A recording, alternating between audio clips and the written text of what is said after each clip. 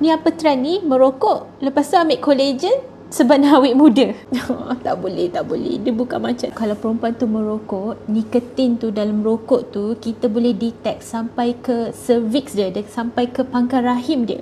Rokok tu dekat mulut, tapi nikotin dia punya efek rokok tu sampai ke pangkal rahim pun boleh detect. Yang kan dekat paru-paru dia, dekat jantung dia, dekat ovary dia, dekat telur-telur dia tu. Telur tu makin kurang dengan lebih cepat, kualiti telur makin jatuh, boleh menopause awal.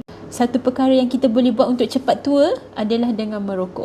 Kalau kita merokok sebab kita nak kurus, banyak lagi ubat kurus yang lain yang lebih efektif, yang lebih selamat untuk bantu kita kurus. Kalau kita rasa duit tu kita boleh cari, rokok tu tak mahal, tapi telur kita tak boleh beli, kita tak boleh dapatkan balik telur kita tu. So jangan habiskan telur kita dengan rokok.